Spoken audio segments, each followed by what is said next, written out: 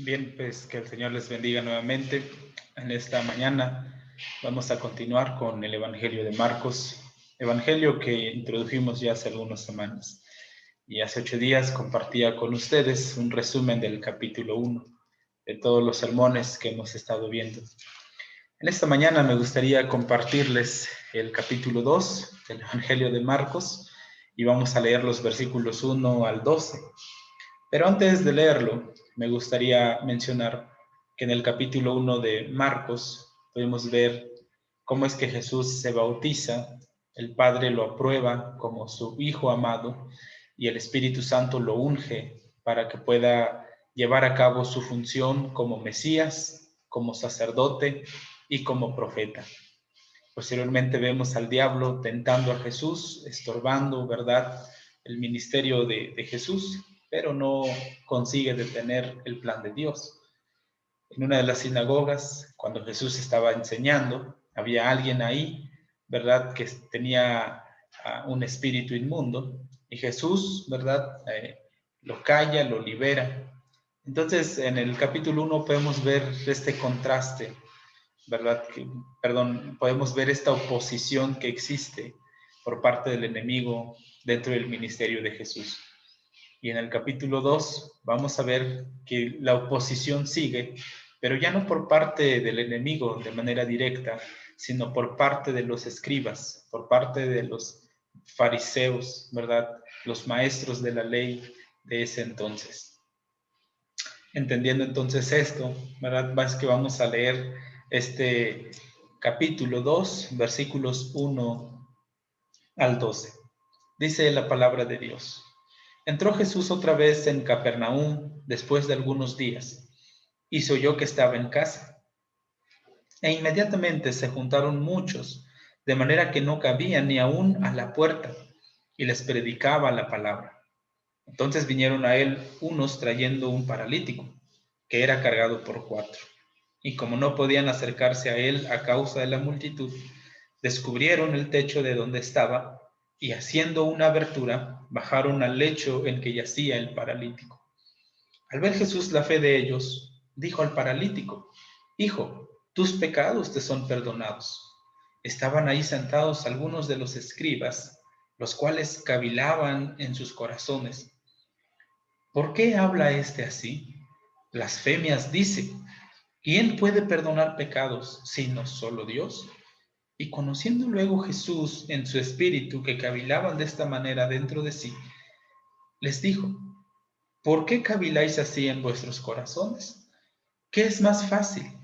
¿Decir al paralítico, tus pecados te son perdonados? ¿O decirle, levántate, toma tu lecho y anda?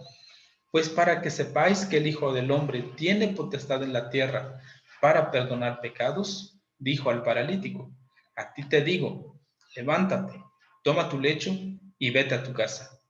Entonces él se levantó enseguida y tomando su lecho salió delante de todos, de manera que todos se asombraron y glorificaron a Dios, diciendo: nunca hemos visto tal cosa. Estos versículos nos competen estudiar en esta mañana. Y me gustaría, ¿verdad?, que pensáramos de esta manera. Hay un contraste entre las enseñanzas de Jesús, entre la vida, el carácter, el ministerio de Jesús y la vida y el carácter de los escribas. Jesús constantemente predicaba acerca del amor, ¿verdad?, acerca de la verdad, mientras que los escribas estaban con el legalismo, ¿verdad? Jesús predicaba la ley de Dios con amor. Los escribas habían hecho tradiciones. En vez de seguir la voluntad de Dios, seguían sus propias tradiciones. Ellos, ¿verdad?, esclavizaban a las personas, poniendo cargas sobre ellas. Jesús traía libertad a las personas. Entonces, los escribas en esta primera ocasión se oponen a Jesús dentro de sus pensamientos, ¿verdad? Dentro de sus propios razonamientos se oponen a Jesús. Posteriormente van a reclamar a los discípulos de Jesús y después le van a reclamar al mismo Jesús lo que no les gusta, lo que no les parece acerca de la vida y el ministerio de Cristo. Pero pensando en esto, Recordemos también el versículo 38 del primer capítulo, cuando Jesús se levanta muy de mañana para salir a orar. Pedro, ¿verdad?, va en busca de Jesús y le dice que todos en Capernaum estaban esperando a Jesús, pero Jesús no regresa a Capernaum. Él les dice, vámonos a la región de Galilea, a las ciudades de alrededor, para que también predique ahí, porque para esto he venido, dice Jesús.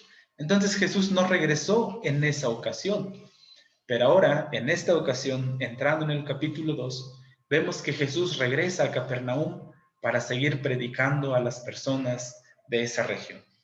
Entonces Marcos, entrando en el capítulo 2, nos presenta a Jesús llegando nuevamente a Capernaum. Dice, entró Jesús otra vez en Capernaum después de algunos días, es decir, después de recorrer la región de Galilea.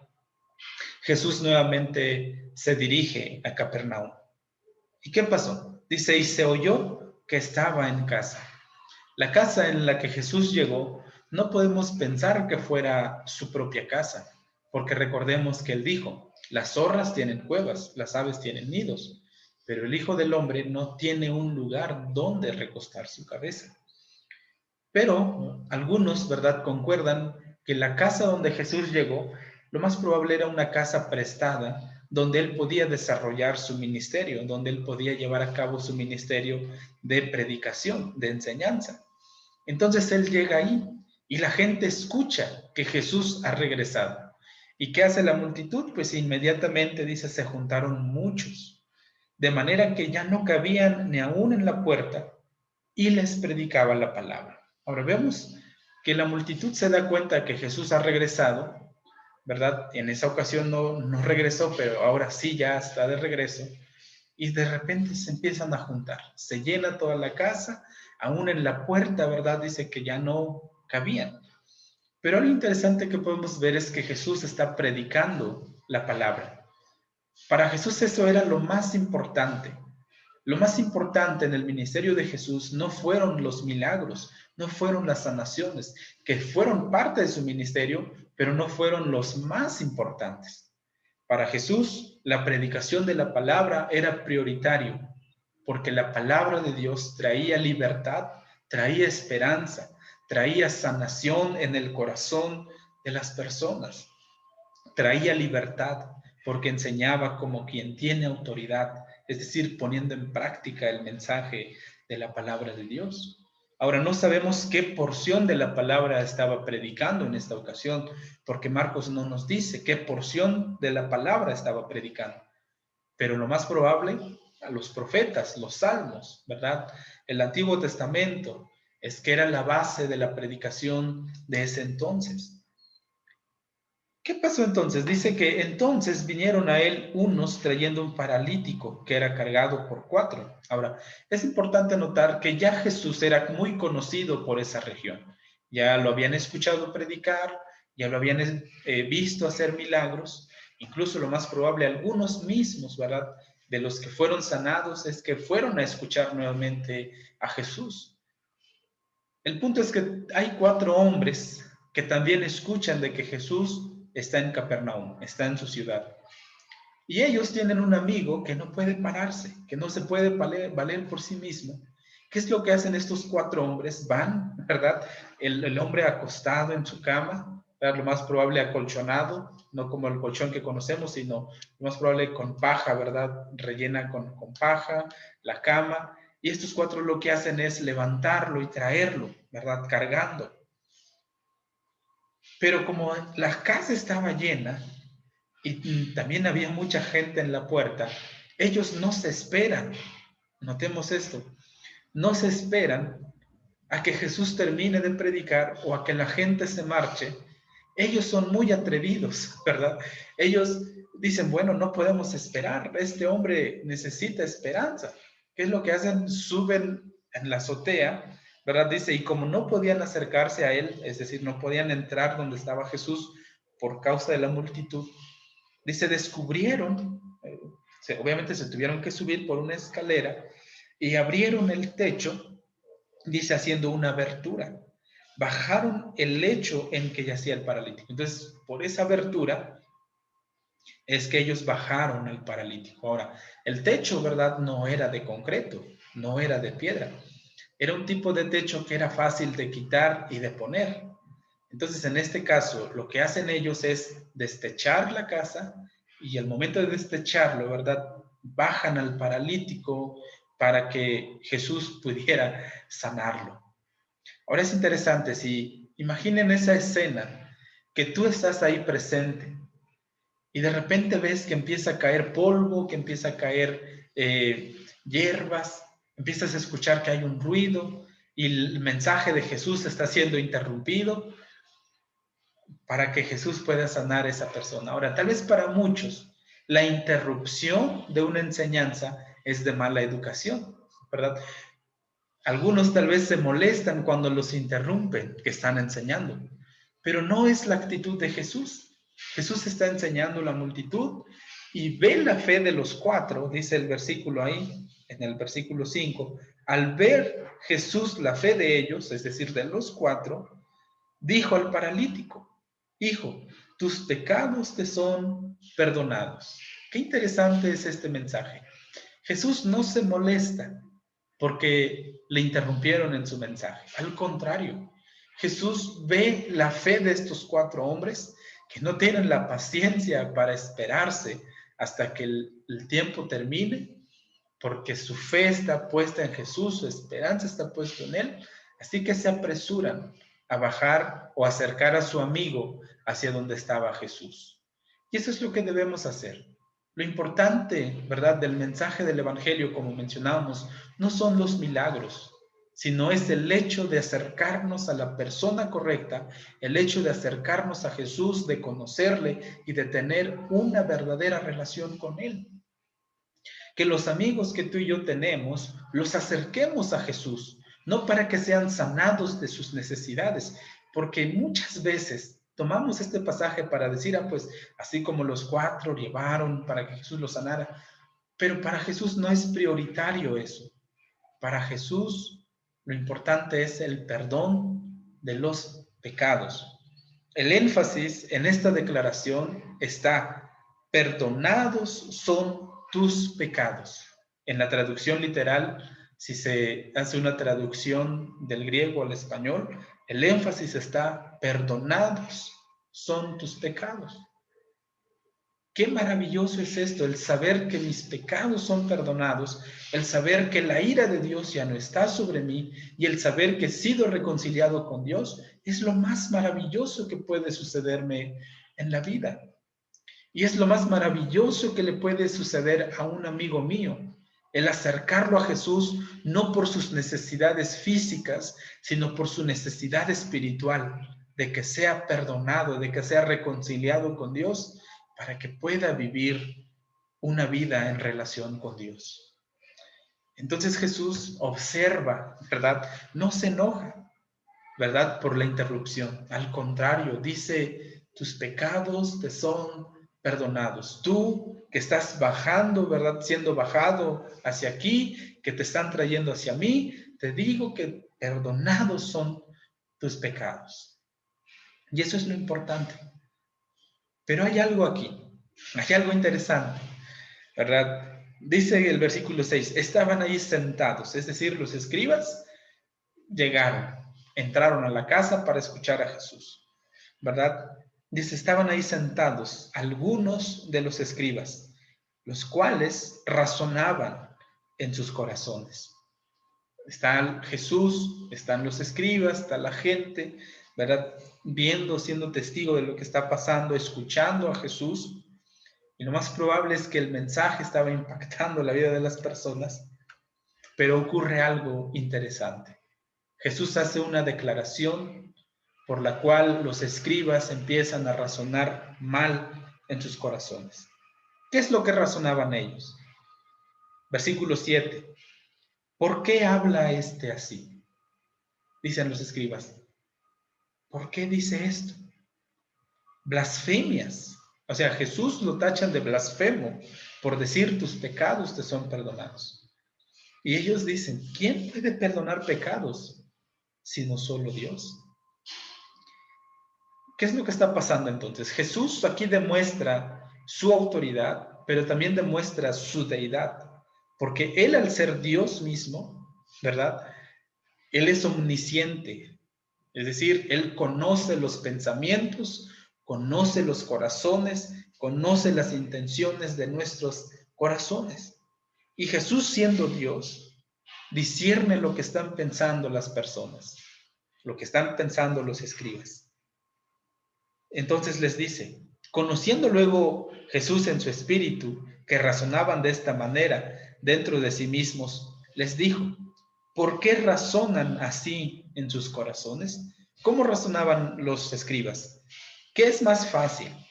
Decir al paralítico, tus pecados te son perdonados, o decirle, levántate, toma tu lecho y anda. Dice el versículo 10, pues para que sepáis que el Hijo del Hombre tiene potestad en la tierra para perdonar pecados. A ti te digo, levántate, toma tu lecho y vete a tu casa. Ahora, esta escena es algo importante. Como mencionamos, Jesús se da cuenta lo que están pensando los escribas. ¿Qué es lo que estaban pensando los escribas? Los escribas estaban razonando dentro de sí que solo Dios puede perdonar pecados. Pero también dentro de su razonamiento, ellos estaban diciendo, es muy fácil decirle a alguien, tus pecados te son perdonados.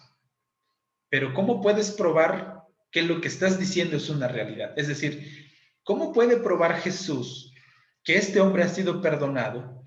Algo que nosotros no podemos darnos cuenta, algo por la que nosotros no podemos ver, no podemos percibir, ¿verdad? ¿Cómo sabemos realmente si este hombre ha sido perdonado? Entonces ellos razonaban pensando, pues eso es fácil, hasta yo puedo decirle a alguien, tus pecados te son perdonados. Entonces esto es lo que ellos estaban razonando. Y Jesús se da cuenta de eso, por eso Él les dice, ¿por qué ustedes piensan así? Que es mucho más fácil que yo pueda declarar que este hombre ha sido perdonado en vez de sanarlo, en vez de restaurar su condición física. Entonces Jesús, para enseñar que Él tiene autoridad para perdonar pecados, dice en versículo 10, pues para que sepan que el Hijo del Hombre, y esta es la primera ocasión que Marcos va a usar el Hijo del Hombre, lo usa 14 veces en total, pero aquí es la primera vez. Entonces Él dice, para que ustedes sepan que el Hijo del Hombre tiene poder para perdonar pecados, es decir, que lo que yo estoy declarando es verdad, es una realidad. No le estoy diciendo porque es más fácil hacer eso y no efectuar un milagro. Dice que tiene potestad para perdonar pecados, le dijo al paralítico. El paralítico, ¿verdad? Ya está cerca de Jesús. Ya le fue declarado que perdonados son sus pecados. Pero ahora, lo que va a pasar es que la gente, y especialmente los escribas, que decían que eso era fácil, Jesús les va a mostrar que Él tiene autoridad para perdonar pecados y dice, levántate, toma tu lecho y vete a tu casa. ¿Qué pasó?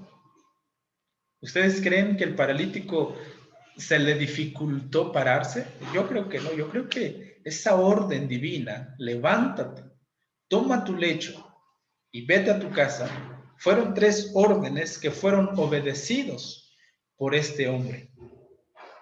E inmediatamente el versículo 12 dice, entonces él se levantó enseguida. ¿Qué quiere decir eso? Al instante de que Jesús declara esa palabra, levántate, este hombre se levanta, tomando su lecho, es decir, obedece el segundo mandato, toma su cama donde él estaba postrado, salió delante de todos, de manera que todos se asombraron y glorificaron a Dios diciendo, nunca hemos visto tal cosa. Entonces este paralítico obedeció a las 3 órdenes, levántate, se levanta, toma tu lecho, toma su lecho y vete a tu casa. ¿Y qué hizo? La gente le abrió el camino y se fue. La gente le impedía entrar, pero cuando él se fue, todos le abrieron paso para irse a su casa, ¿verdad? Esta es una enseñanza que realmente debe impactarnos y debe ayudarnos a pensar ¿Qué estamos haciendo nosotros para que la gente venga a Jesús? ¿Estamos impidiendo que la gente venga a Jesús? Y cuando alguien se va, se aleja de la vida cristiana, nos alegramos, nos gozamos porque se fue. Yo no lo sé. Pero nuestra tarea como hijos de Dios es presentar a Jesús a las personas. Porque Jesús, como el Cordero de Dios, no solo tapó nuestros pecados, Él quitó, borró, perdonó completamente nuestros pecados, y es por eso que nosotros hoy en día podemos tener una relación completa con el Señor. Nuestro llamado entonces, hermanos, es acercar a las personas a Jesús. Porque lo más importante y la necesidad más importante de las personas no son las necesidades físicas, sino las espirituales. El hecho de que alguien sea perdonado por sus pecados, reconciliado con Dios, porque Jesús en su muerte, ¿verdad? Él como el Cordero de Dios, Él cuando fue bautizado, simbolizando la muerte por nuestros pecados, pero resucitando, ¿verdad? Al tercer día en victoria. Es que nos da esperanza a cada uno de nosotros. ¿Qué pasó con el techo? No sabemos, ¿verdad? Lo más probable, los mismos amigos que se quedaron arriba volvieron a tapar, a trabajar, ¿verdad? Y mientras el paralítico pues se fue a su casa obedeciendo el mandato, ¿no? Entonces, esta es una enseñanza, hermanos, que debe movernos a cada uno de nosotros. Porque el punto principal del Evangelio no son los milagros. Si tú estás buscando a Dios solo por los milagros, estás equivocado. Tu enfoque está mal. Pero si tú estás buscando a Dios no por los milagros ni por los beneficios, sino por el hecho de entender que eres un pecador, que eres una persona que ha pecado, que ha ofendido a Dios, y te estás acercando a Dios honestamente, arrepintiéndote de tus pecados, entonces tus pecados han sido perdonados. Pero si tu intención es acercarte a Dios solo por los milagros, pero tú siguen tus pecados sin ser perdonados, entonces tu enfoque está mal. Que cada uno de nosotros reflexionemos, ¿por qué buscamos a Dios? ¿Por qué cuando estamos bien no buscamos a Dios? ¿Y por qué cuando algo no está marchando bien es cuando nos ponemos a buscar a Dios?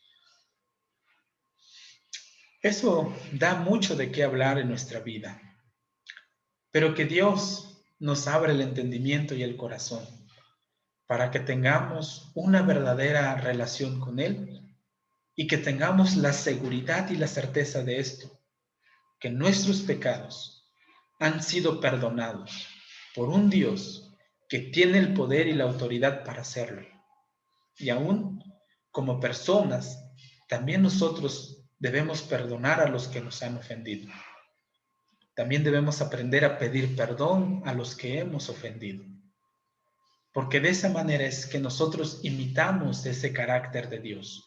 Que Dios, siendo el ofendido, a quien hemos ofendido de muchas maneras, nos ha perdonado. Él dice que tus pecados te son perdonados. Que de esa manera nosotros perdonemos a los que nos ofenden y entendamos que el hecho de acercarnos a Dios no es por un beneficio físico solamente, sino es porque realmente entendemos nuestra necesidad de Él, de que Él es el único que puede llenar nuestra vida con su gran amor, su gran misericordia, su compasión, su bondad, puede darnos esperanza, vida, día con día. Vivimos en tiempos difíciles de COVID. Hemos perdido a algunos hermanos en Cristo y esto es triste. Pero la esperanza del Evangelio es que un día estaremos nuevamente reunidos y el mayor gozo no será ver a nuestros hermanos allá en el cielo. El mayor gozo será ver a Dios mismo cara a cara, tal y como Él es. Que Dios te bendiga, que Dios te guarde. Que Dios haga resplandecer su rostro sobre ti y que el Señor te dé paz y te dé tranquilidad en esta semana. Bendiciones.